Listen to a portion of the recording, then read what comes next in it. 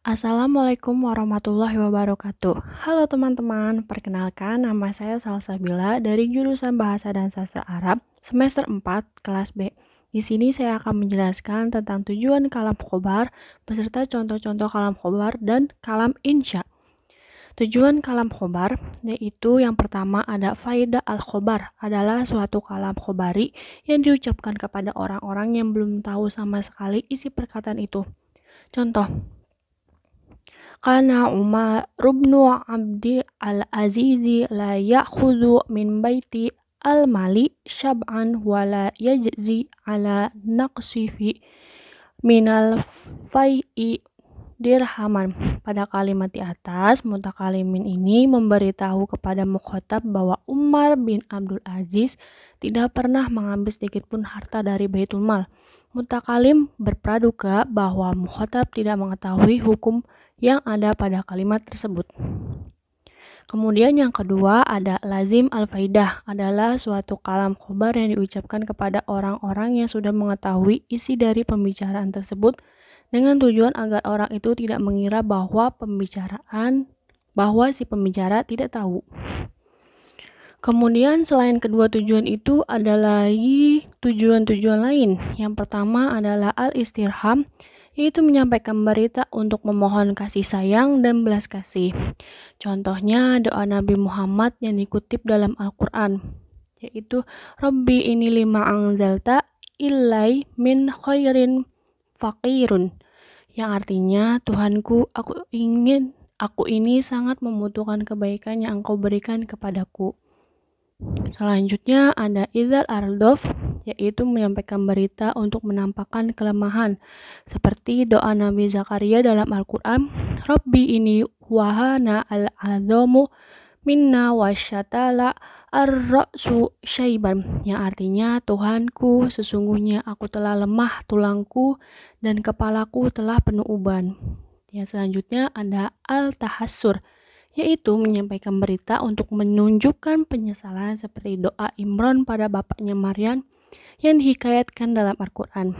Contohnya seperti Rabbi ini wadu'tuha unsa wallahu a'lamu bima wadu'at, yang artinya Tuhanku, aku telah melahirkan ia wanita dan Allah mengetahui apa yang ia lahirkan. Kemudian selanjutnya yang keempat ada al-fakhr, yaitu menyampaikan berita untuk menunjukkan kebanggaan. Yang kelima ada al-amar, yaitu dalam kalimat tersebut terdapat beberapa kata yang tersirat yang berisi sebuah surat. Yang keenam ada al-nahi, yaitu dalam kalimat tersebut terdapat beberapa kata yang tersirat yang berisi sebuah larangan. Kemudian jenis-jenis kalam khobar. Jenis kalam khobar yang satu dengan yang lainnya akan berbeda sesuai dengan keadaan mukhatabnya. Yang dalam hal ini ada 3 macam. Yang pertama, jika mukhatab tidak ragu dan tidak mengingkari isi berita atau kholi al-zin, kabar ini tidak menggunakan al-taukid. Kalam khobar demikian disebut dengan ibtidai, seperti firman Allah dalam Quran surat 18 ayat 46, al-malu wilbanuna zinahu al-hayati ad-dunya, yang artinya harta dan anak-anak adalah perhiasan kehidupan dunia. Selanjutnya ada jika mukhatabnya ragu namun ingin sekali mengetahui hakikat berita itu, khobar sebaiknya memakai alat tauhid.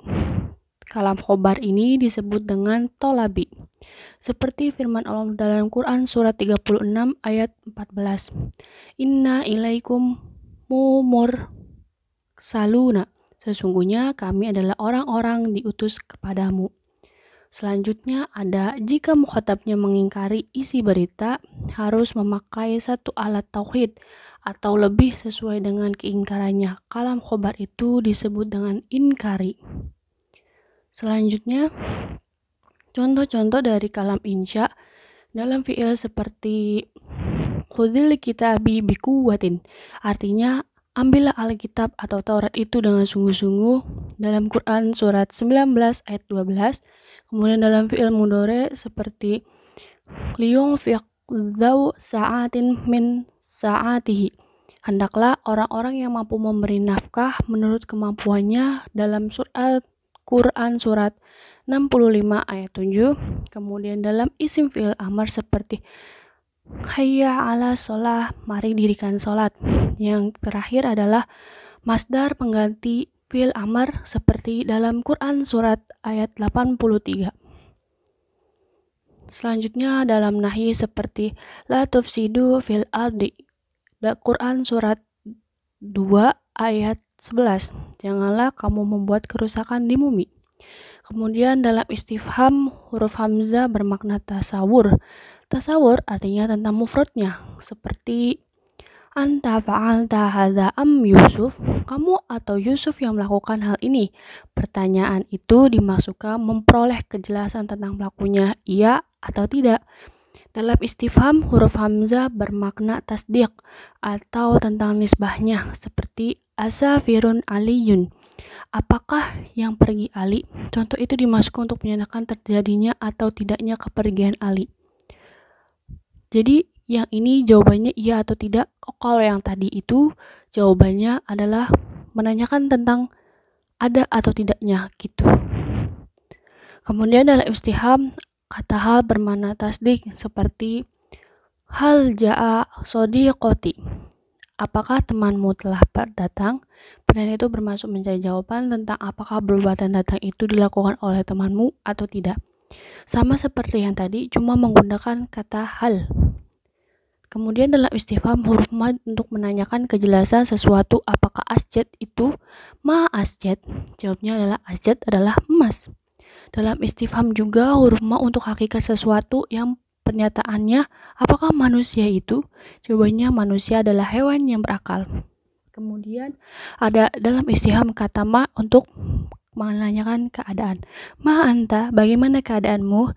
Jawabnya saya sehat. Dalam istifham huruf man untuk menanyakan orang yang berakal. Dalam istifham huruf kam untuk menanyakan jumlah sesuatu yang masih samar seperti firman Quran surat 18 ayat 19. Kemudian dalam istifham juga huruf-huruf ayun untuk membedakan dua hal yang mempunyai kesamaan sifat yang masih umum seperti firman Allah dalam Quran surat 19 ayat 73.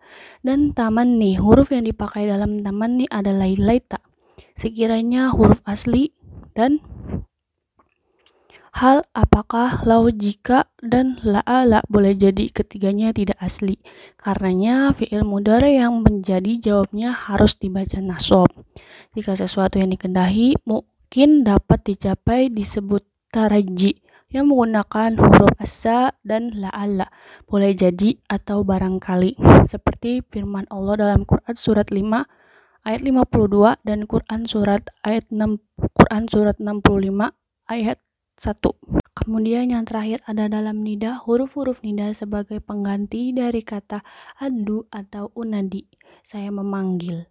Huruf-huruf yang dipakai adalah hamzah ai untuk panggilan dekat, ya, a, ayah, hayya, dan wa untuk panggilan jauh. Hamzah dan ai terkadang untuk panggilan yang jauh, sehingga seakan-akan yang dipanggil ada di hati orang yang memanggil. Sekian dari saya. Kurang lebihnya mohon maaf. Terima kasih sudah menonton. Wassalamualaikum warahmatullahi wabarakatuh.